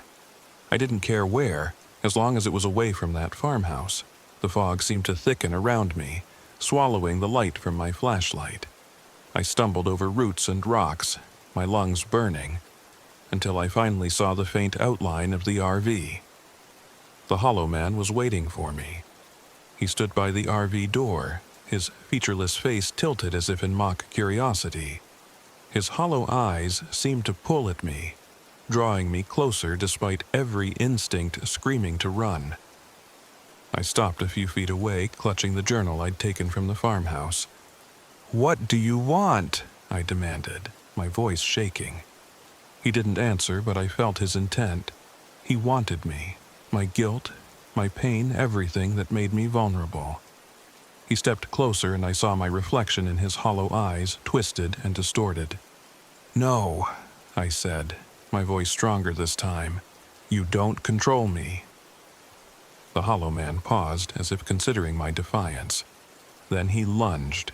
I don't remember much of what happened next. I remember scrambling to draw the symbols from the journal into the dirt around the RV, using charcoal from the fire pit. I remember shouting, cursing, refusing to let him in. And I remember the fire, the way it roared to life when I burned the journal page, casting the forest in a flickering orange glow.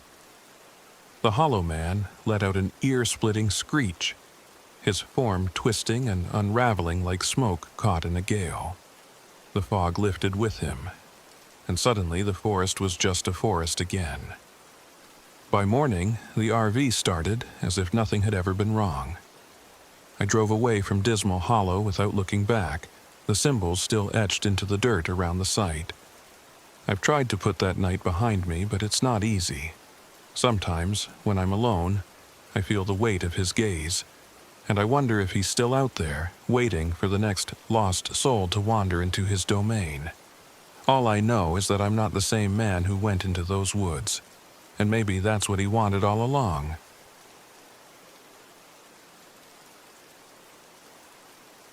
My name is Claire Reynolds, and I'm 35 years old. What I'm about to tell you happened just last year, during a family camping trip to a place called Devil's Bathtub in Scott County, Virginia. If you've never heard of it, you might imagine the name is just some local folklore, a spooky label for a scenic spot. That's what I thought too, until I learned the truth firsthand. It was supposed to be a relaxing getaway.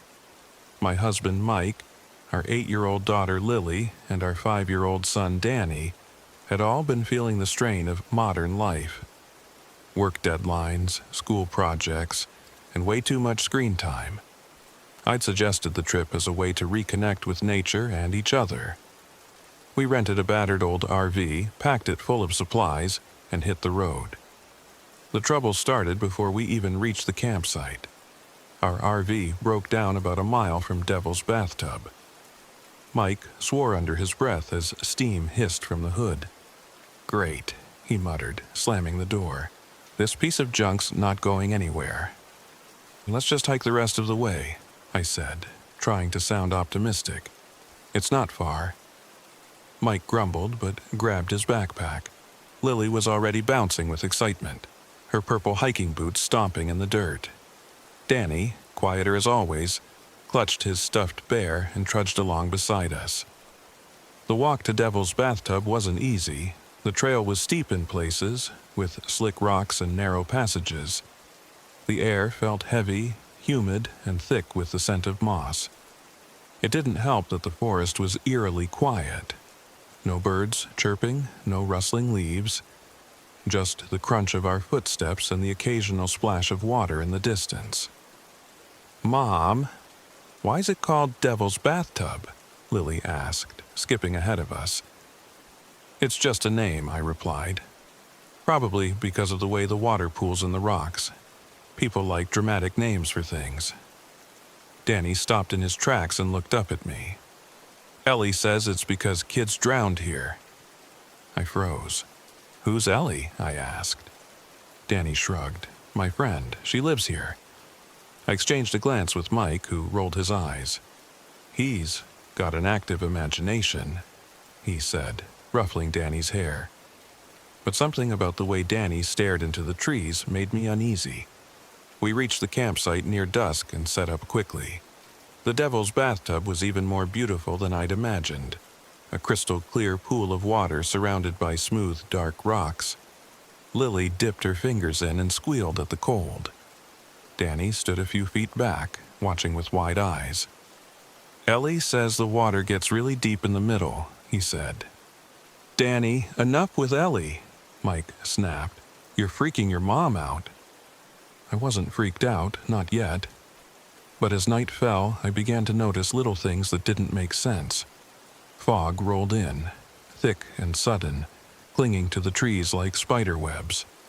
Small handprints appeared on the fogged windows of the RV, though both kids were asleep.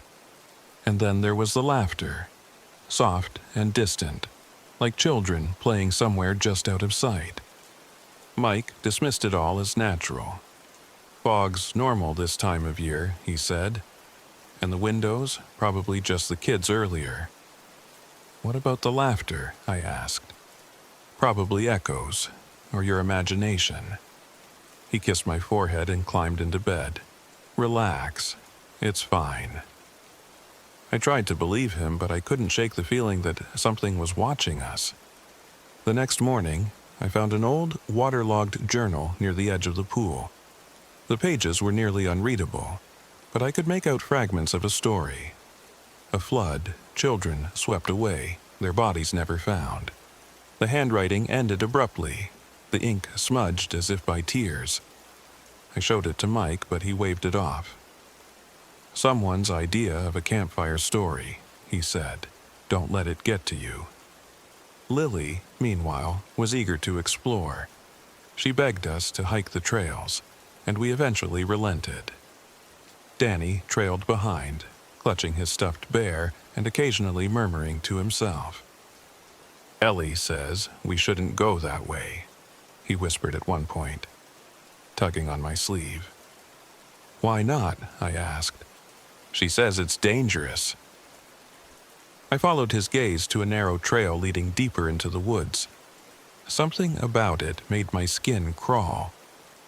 "We'll stick to the main path," I said, pulling him along. The day passed uneventfully, until Danny disappeared. It happened in an instant. One moment he was walking beside me. The next he was gone. I called his name, my voice breaking with panic. Lily grabbed my hand, her eyes wide with fear. "Did you see where he went?" I asked her. She shook her head. "I heard him laughing, and then he just wasn't there." We searched frantically, shouting his name and combing the woods. The laughter returned, louder now, echoing all around us. It sounded like Danny's voice, but distorted, too high-pitched, too wrong. "Danny!" I screamed, my chest tight with terror. "Over here!" Lily pointed to the pool, where ripples spread across the surface. I ran to the edge, half expecting to see him swimming, but the water was empty. And then I heard it, a soft, childlike voice behind me. "He's with us now." I spun around. A pale, waterlogged figure stood in the shadows, her hollow eyes fixed on me. She looked like a little girl, no older than 7, her dress soaked and torn. "Ellie?" I whispered. She tilted her head. "He wanted to play." Mike arrived with a flashlight, breaking the spell. Ellie vanished into the fog, her laughter fading. We spent the next hour searching, but it was Lily who finally found Danny, sitting cross-legged by the pool. He was soaking wet and shivering, but unharmed. "She said I couldn't leave," he murmured. "But I told her I wanted my mom." That night, I pieced together the fragments of the journal. It spoke of a ritual to release the lost, laying flowers in the pool and reciting the names of the drowned. Mike thought I was crazy, but I knew we had to try. We gathered wildflowers by flashlight, working quickly as the fog thickened. The giggling grew louder, accompanied by faint cries and the sound of splashing water. Ghostly figures began to appear, flickering in and out of the mist. "Hurry!" I shouted, my hands trembling as I arranged the flowers on the water's surface. I recited the names from the journal, my voice shaking. Emily, Sarah, James, Ellie. At the sound of her name, Ellie appeared again, standing at the edge of the pool. Her hollow eyes locked onto mine. "You're taking him from me," she said, her voice full of anguish. "He doesn't belong here," I replied. "Neither do you." Her expression softened, and for a moment I thought it was over, but then she lunged towards Danny, her hand outstretched. Mike grabbed him, holding him tight as I screamed Ellie's name again. The water surged, pulling her back. The other figures followed, their cries fading into silence. And then, just as suddenly as it began, the forest was still. We left Devil's Bathtub at first light, the RV sputtering to life as if nothing had ever been wrong. Danny didn't talk about Ellie again, but sometimes, late at night, I catch him staring out the window with a faraway look in his eyes. I'd like to think we freed those children, gave them peace, but a part of me wonders if Ellie is still out there, waiting for the next family to wander too close.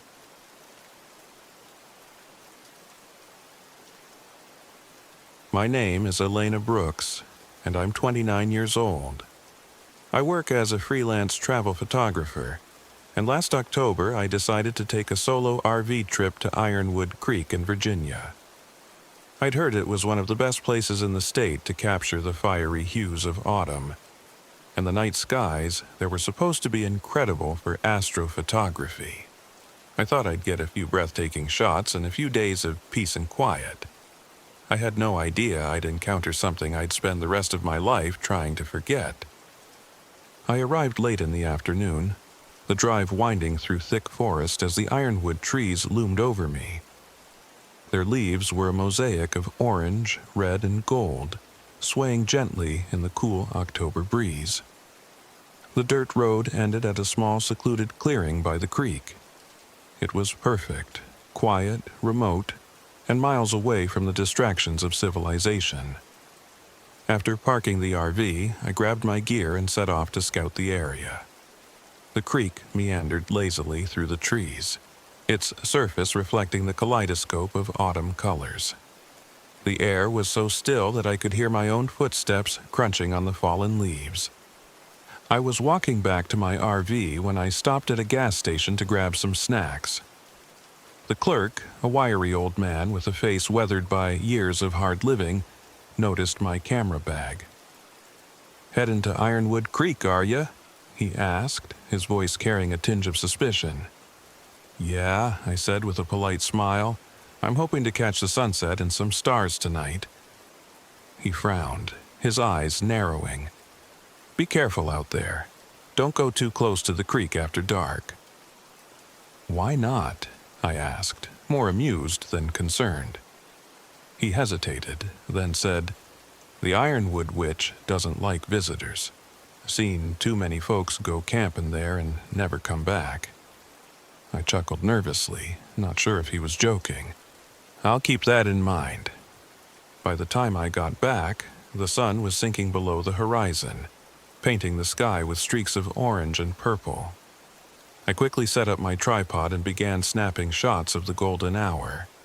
But something was off. My camera, which had always worked flawlessly, started glitching. Photos came out blurry, distorted, or overexposed, despite perfect settings. Frustrated, I fiddled with the settings until it seemed to work again. Later, as I sat by the fire, eating a quick meal of canned soup, I heard it. A faint whisper carried on the wind. At first, I thought it was the sound of the creek, but then it came again, clearer this time. A woman's voice, soft and melodic, but the words were impossible to make out. I shook my head and forced a laugh. It's just the wind, I told myself. But the unease crept in anyway, and I found myself checking the RV door twice before going to bed. The next morning, I woke to a light drizzle. Determined not to waste the day, I grabbed my camera and headed back to the creek. The rain had left everything glistening, the trees dripping with tiny droplets that caught the morning light.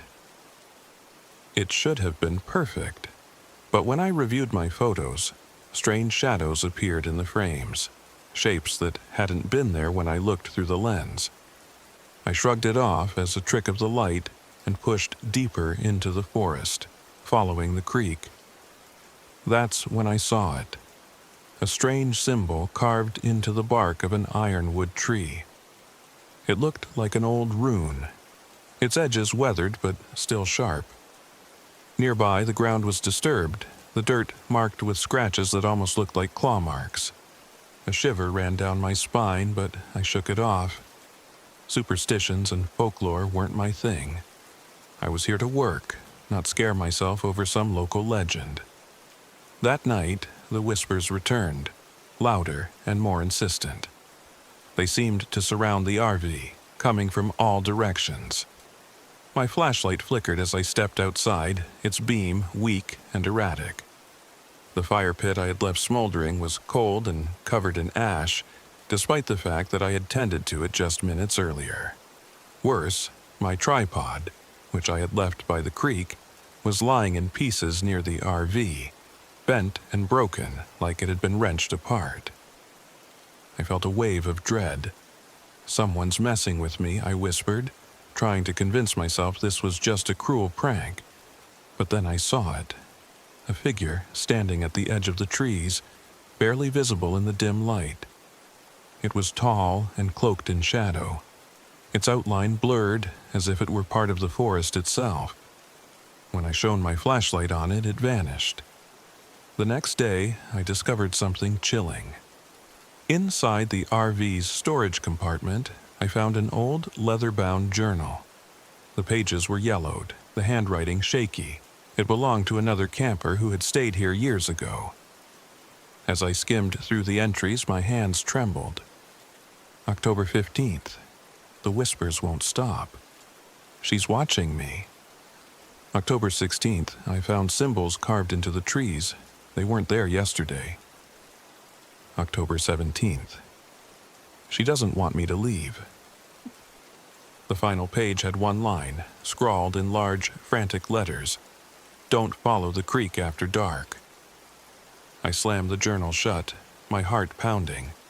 I decided then and there to pack up and leave, but when I turned the ignition key, the RV refused to start. I tried again and again, but the engine sputtered and died. As night fell, the whispers grew louder, joined by a faint, haunting melody.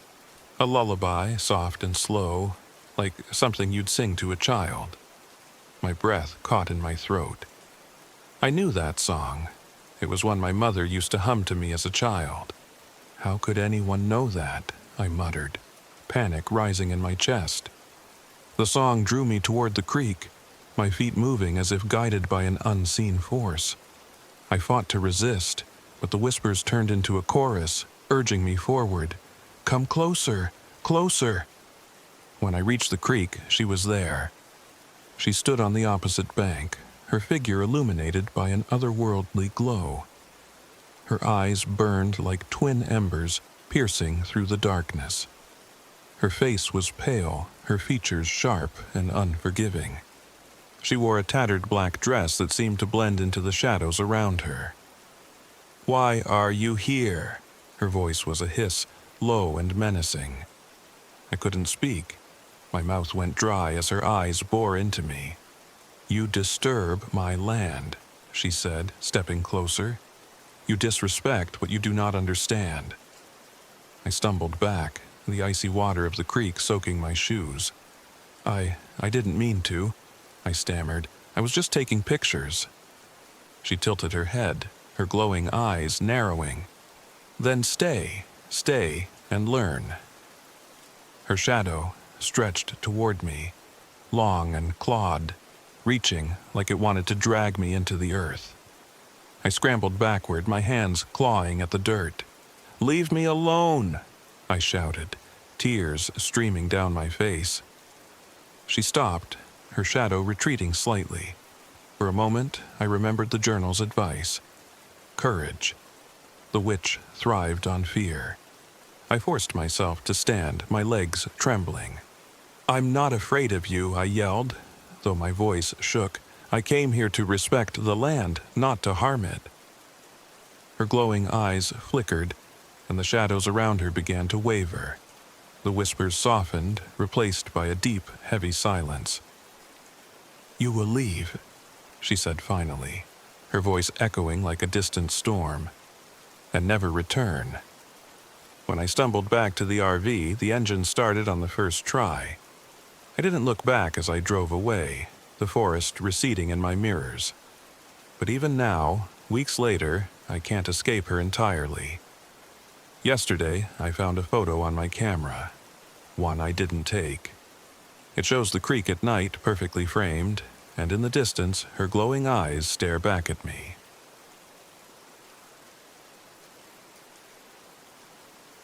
My name is Marcus Fields, and I'm 34 years old. This happened last October, during a solo RV camping trip I took to Dark Hollow Falls in Shenandoah National Park, Virginia. I had been camping more frequently since my wife, Emily, passed away 2 years ago. The quiet isolation of nature was supposed to help me heal, or at least that's what I told myself. But this trip was different. I went looking for peace and found something else entirely. Something I can't explain and will never forget. I arrived at the campground late on a Friday afternoon, parking my RV in a secluded spot near the trailhead to Dark Hollow Falls. The air was crisp, carrying the faint scent of pine and damp earth. It was the kind of serenity I craved, just me, the woods, and my thoughts. The campground was nearly empty, with only a couple of other RVs scattered at the far end. I set up quickly, eager to explore before the sun dipped too low. The trail to the falls wasn't far, just under a mile, and I thought a short hike would do me good. As I walked, I encountered an elderly woman sitting on a fallen log near the trail. She was dressed in layers, her hands busy sorting herbs into a woven basket. Her sharp eyes flicked to me as I approached. "Evenin', stranger," she said. Her voice was gravelly but kind. "Evening," I replied. "Nice night for a hike." Her expression darkened. "You'd do well to stay clear of the falls after dark." I stopped. "Why's that?" She hesitated, then said, "The children like new company." Before I could ask what she meant, she stood and shuffled off into the woods, disappearing like a ghost. The encounter left me uneasy, but I brushed it off. Locals loved their ghost stories, and I wasn't about to let superstition ruin my trip. After a quick dinner back at the RV, I set up a chair by the fire and settled in for a quiet evening. That's when I heard it. The faint, high-pitched laughter of children. It came from somewhere deep in the woods, soft and fleeting, like a memory. I froze, listening intently, but the sound didn't come again. I told myself it was the wind or maybe another camper's radio and went to bed. The next morning, I woke early and decided to hike to the falls again. The trail was more beautiful in the daylight, with sunlight filtering through the trees and the distant roar of the waterfall guiding my steps. I reached the falls just as the sun climbed higher, its rays catching the mist in a shimmering display. For the first time in days, I felt a small sense of peace. But as I turned to head back, I spotted something unusual near the base of the falls. A single, mud-caked child's shoe. It was old and weathered, its faded canvas fraying at the edges. Probably left behind by a hiker, I muttered, though I couldn't shake the unease that stirred in me. That night, the laughter came again, louder this time. It started just as I was finishing my dinner, drifting through the trees in short, breathy bursts. I stepped outside the RV, my flashlight cutting through the darkness, but the woods were still. No children, no campers, just silence. When I returned to the RV, I found the shoe from the falls lying on the step. The next day, I decided to ask about the shoe and the laughter. I drove to a small general store a few miles from the campground. The clerk, a wiry man with sunken eyes, listened quietly as I explained. "That's not a place to go poking around," he said when I finished. "Dark Hollow's got a reputation." "What kind of reputation?" He hesitated, glancing at the few other customers in the store. "Years ago, a group of kids went missing near those falls. Never found a trace of them. Locals say their spirits are still out there, looking for someone to play with. You see anything else strange? You'd best leave." I laughed nervously, but his words stayed with me. I didn't want to believe in ghosts, but the laughter, the shoe, they didn't make sense. That evening, I stayed inside the RV, determined to ignore the sounds outside. But as the hours passed, the laughter returned, joined by something new, a faint lullaby. It was a tune I knew too well. Emily had sung it often, her soft voice carrying through our tiny apartment when we first got married. Hearing it now, out here, made my blood run cold. It wasn't possible. Against my better judgment, I grabbed my flashlight and stepped outside. The sound grew louder, drawing me toward the woods. My heart hammered as I followed it, the beam of light bouncing off the gnarled trees. The melody led me back to the falls. That's where I saw them. A group of pale, spectral children stood in a circle near the edge of the falls. They were dressed in tattered clothes that looked decades out of place. Their faces were unnervingly blank, their eyes dark and hollow. One of them stepped forward, holding something in its small, translucent hands, a teddy bear, worn and frayed. The child stretched it toward me as if offering a gift. "Take it," a whispery voice said, though none of the children's lips moved. I stumbled back, my flashlight flickering. The children tilted their heads in unison, as though studying me. Then they began to close the circle, their silent movements unnatural and jerky. "Stay back!" I shouted, my voice breaking. The children stopped, their heads tilting again. I turned to run, but the path seemed to shift beneath me. No matter which direction I moved, I ended up back at the falls, the children waiting, always closer. "You left her!" The whisper came again, this time louder. "You left her alone!" I froze. "What are you talking about?" "You left her," they repeated, their voices blending into a mournful wail. I realized then what they wanted. They weren't just haunting the falls, they were feeding on my guilt, my grief over Emily's death. I had been driving the night of the accident. She told me to slow down, and I hadn't listened. I survived. She didn't. "I didn't leave her," I said, my voice trembling. "I loved her." The children's faces twisted, their mouths stretching into wide, unnatural smiles. "Then stay," they said. "Stay with us." I forced myself to speak again to say the words I hadn't admitted to anyone. "It wasn't my fault," I said. "I can't change what happened, but I won't let you take me." The children screamed, their wails piercing the air like knives. The world seemed to blur and twist, the trees bending unnaturally. I squeezed my eyes shut, clutching the flashlight like a lifeline. When I opened them, the children were gone. I was standing alone at the edge of the falls, the teddy bear lying at my feet. I didn't waste a second getting back to the RV. I packed up and left before the sun rose. The image of those hollow-eyed children burned into my memory. I didn't look back, not even as the woods faded in the rearview mirror. But even now, weeks later, I can't escape them. The teddy bear is still in my RV, though I know I left it behind. And some nights, when the wind is just right, I hear faint laughter outside my window.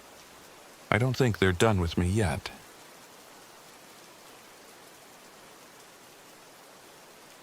My name is Claire Nguyen, and I'm 26 years old. This happened last fall during what should have been an ordinary camping trip to Grayson Highlands State Park in Virginia. I'd never been much of a camper. Hiking through forests and sleeping in an RV wasn't exactly my idea of a relaxing weekend. But my best friend, Ashley Turner, loved it. At 27, Ashley was the kind of person who thrived on adventure, always chasing the next remote trail or breathtaking view.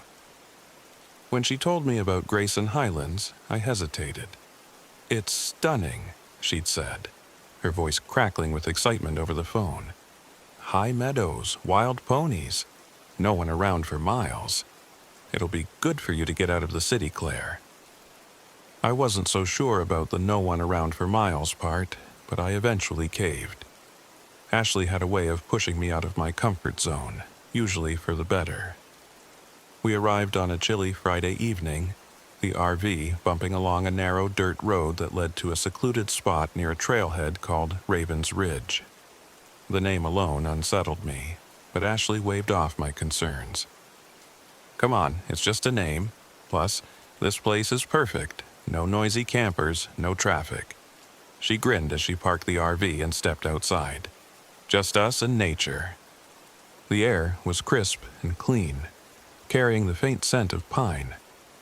I tried to match Ashley's enthusiasm as we set up camp, but a deep unease settled in my chest. The forest was too quiet, like it was holding its breath. The next morning, Ashley woke me up before sunrise. "Let's hit the trail early.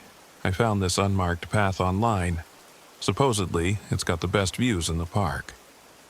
"Unmarked?" I asked, still groggy. "Are you sure that's a good idea?" She rolled her eyes. "Don't worry. I've got the GPS and a backup map. Trust me." Reluctantly, I followed her lead. The trail started off easy enough, winding through golden meadows dotted with wild ponies grazing in the early light. I felt a flicker of peace, even excitement, as we climbed higher into the hills. But after an hour, the GPS started acting up, showing our location as a blank screen. "Great," Ashley muttered, shaking the device. "Probably lost signal." "What about the map?" I asked. She pulled it out, frowning. "Looks like we're off the marked trails, but we should be fine if we just keep heading north." Her confidence reassured me, for a while. As the day wore on, the trail grew steeper and less defined. The trees thickened around us, casting long shadows even in daylight. I noticed Ashley checking the map more often, her brow furrowed. Finally, I stopped walking. "Ashley, I think we should head back. It's getting late." "Relax, Claire. We're close to a clearing. Let's at least see the view before we turn around." I sighed, following her once again. But that sense of unease crept back, stronger this time. We reached the clearing just as the sun began to dip below the horizon. The view was stunning. Rolling hills bathed in golden light, but I couldn't enjoy it. My ears caught a faint, high-pitched whistle. It came from somewhere deep in the woods, too steady to be wind. "Did you hear that?" I asked, gripping Ashley's arm. She listened for a moment, then shrugged. "Probably just a bird. Don't freak yourself out." But as we started back down the trail, the whistle followed us, growing louder and more distinct. It wasn't a bird. It sounded human. By the time we reached the RV, it was nearly dark. Ashley tried to brush off the strange noises, but I could tell she was unsettled too. As we sat around a small campfire, I couldn't shake the feeling of being watched. "Claire, you're staring into the woods like you've seen a ghost," Ashley said, trying to lighten the mood. "Maybe I have," I muttered. She laughed, but it was strained. "Look, let's just eat and get some sleep. We've had a long day." That's when we heard it. My voice, calling from the forest. "Claire, help me!" The words echoed through the trees, distorted but unmistakable. Ashley froze, her fork clattering to the ground. "What the hell?" "It's not me," I whispered, my heart pounding. The voice came again, louder this time. "Claire, I'm hurt. Please!" We scrambled into the RV, locking the doors and turning off the lights. The fire outside flickered weakly, casting long shadows that danced across the windows. "What was that?" Ashley hissed. "I don't know," I said, struggling to keep my voice steady. "But it's not human." The voice called out again, but now it wasn't just mine. It was Ashley's too. "Ashley, come out here. I need you." Her face paled. "This isn't happening. This can't be happening." We stayed huddled in silence as the voices circled the RV, switching between our names and cries for help. Then came the scratching, a slow, deliberate sound against the side of the RV. It wasn't trying to get in, it was toying with us. When the scratching stopped, we dared to peek through the curtains. A deer stood in the firelight, its body unnaturally still. Its head jerked to one side, then the other, like it was sniffing the air. "That's not a deer," Ashley whispered. As if hearing her, the deer turned its head toward the RV. Its eyes weren't the dull black of an animal. They were bright, intelligent, and disturbingly human. It opened its mouth and Ashley's voice came out. "Claire, I'm scared." I felt cold all over, like the blood had drained from my body. "What does it want?" I whispered. Ashley shook her head. "I don't know, but we're not going out there."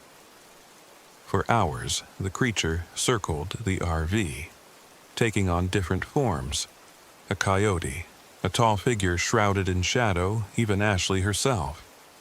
It mimicked our voices so perfectly that I had to remind myself not to believe it. At one point, it banged on the door, pleading with Ashley in my voice. "Please, Ashley, let me in. I'm hurt." She clamped her hands over her ears, tears streaming down her face. "Shut up. Just shut up." Desperation pushed me to search for answers. Using the patchy Wi-Fi, I found references to Navajo skinwalker legends. These shapeshifters could mimic voices, take on human or animal forms, and fed on fear. But the stories didn't explain how to stop one, only that acknowledging or provoking it made things worse. "Don't react," I told Ashley. "Don't listen to it. Don't look at it." She nodded, though her eyes were wide with terror. Near dawn, the creature took on its boldest form yet. It appeared as Ashley, standing just outside the RV.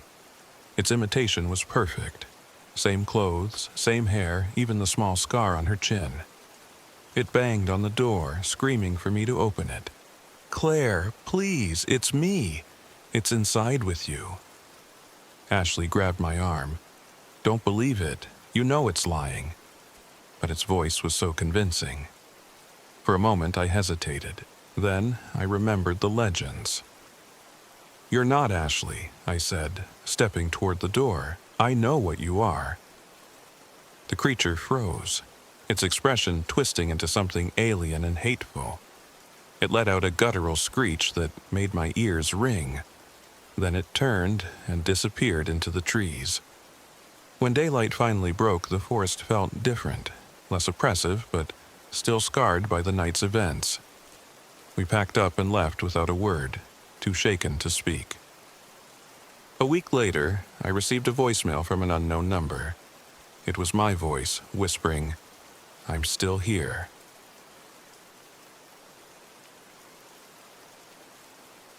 My name is Marcus Hale, and I'm 36 years old. A few months ago, I took a solo trip to Shenandoah National Park in Virginia to hike and photograph the Devil's Backbone Trail. I thought it was just another assignment for my photo essay series about haunted places. What I found on that ridge was something far more terrifying than any ghost story. The Devil's Backbone Trail had a reputation. People whispered about shadowy figures seen in the mist, the distant sound of musket fire, and the ghosts of soldiers who had died there during the Revolutionary War. Locals said the trail was cursed, but for me, that only made it more appealing. I'm a freelance photographer, and my work focuses on the line between life and death. Abandoned places, forgotten cemeteries, eerie landscapes. After surviving an explosion during my deployment overseas, I became obsessed with documenting places where the living and the dead seemed to intersect. The Devil's Backbone was exactly the kind of place I sought out. It was late afternoon when I parked my old RV at the trailhead and strapped on my gear. The ridge loomed ahead, jagged and unforgiving, with sheer cliffs that fell into a sea of trees. The wind howled as I set off, the weight of my camera bag grounding me against the occasional gusts. The first hour of the hike was uneventful. The trail was narrow, carved into the rocky hillside with loose gravel crunching under my boots. The views were incredible, endless rolling hills shrouded in mist. But there was something about the silence that felt wrong. No birds, no rustling leaves, just the wind and the occasional creak of the trees. About a mile in, my compass began spinning wildly. I frowned, tapping it against my palm, but it wouldn't settle. My GPS was no help either. The screen flickered, then went blank. "Great," I muttered. I pressed on, relying on the trail markers to guide me. As the sun dipped lower, the mist thickened, wrapping around the trees like a veil. That's when I heard it. The faint, rhythmic beat of a drum. At first, I thought it was the wind, but the sound grew clearer, more distinct. A steady, ominous thrum, like a war drum calling soldiers to battle. My pulse quickened, but I reminded myself why I was there. Legends of the Devil's Backbone spoke of phantom drumbeats, a remnant of the massacre that had taken place here centuries ago. I wasn't afraid, not yet. I pulled out my camera and snapped a few shots of the misty trail, angling the lens toward the darkening sky. When I reviewed the images, my stomach tightened. In the frame, a shadowy figure stood at the edge of the ridge, its outline blurred but unmistakably human. I looked up, scanning the trail ahead. There was no one there. The drumbeats followed me as I continued, growing louder and more insistent. Occasionally, I caught glimpses of movement in the mist, a flicker of shadow, the rustle of leaves with no wind. By the time I reached a flat section of the ridge, the sun had vanished, leaving me in twilight. That's when I found the musket. It was half buried in the dirt, rusted and ancient. Its wooden stock splintered with age. Nearby, I spotted a small weathered journal, its leather cover cracked and brittle. I picked it up carefully, flipping through the pages. The handwriting was faded, but I could still make out the words, "We were betrayed. The captain will never rest. Beware his wrath."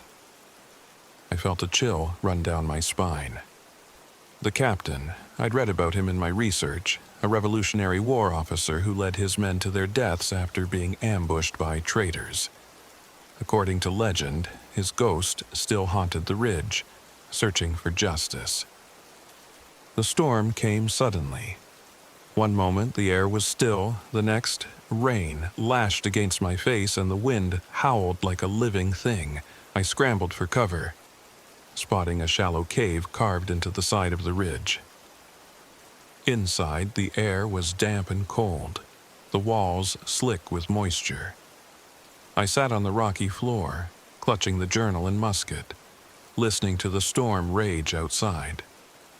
That's when I heard the footsteps. They were slow and deliberate, crunching against the gravel outside the cave. My heart pounded as I turned off my flashlight, plunging the cave into darkness.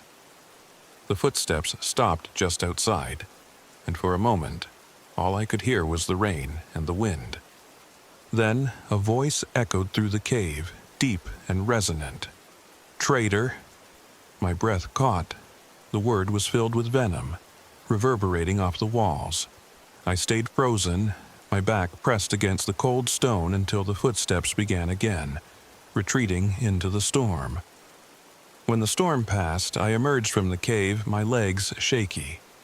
The trail was a mess, washed out in places, but I forced myself to keep moving. The journal's warnings rang in my head, but I couldn't turn back. The captain found me at the edge of the ridge. He was tall and skeletal, his uniform tattered and his face half obscured by shadows. His eyes glowed faintly, like embers, and his voice was an icy whisper. "You've come to betray me again," he said. "I'm not here to betray anyone," I stammered. "I'm just a photographer." He pointed at the musket in my hand. "You carry the weapon of a traitor." "I found it on the trail," I said, holding it out. "I swear, I mean no harm." The captain stepped closer, his hollow eyes boring into mine. "If you mean no harm, prove it." He led me to the edge of the cliff, where the mist swirled like a living thing. "Step into the void," he said. I stared at him, my heart racing. "What?" "Prove your loyalty," he demanded. "Show me you are not one of them." The wind whipped around us, and for a moment, I felt the ground shift beneath my feet. I wanted to run, but something in his gaze held me there. "No," I said finally. "I won't do it." His face twisted in rage.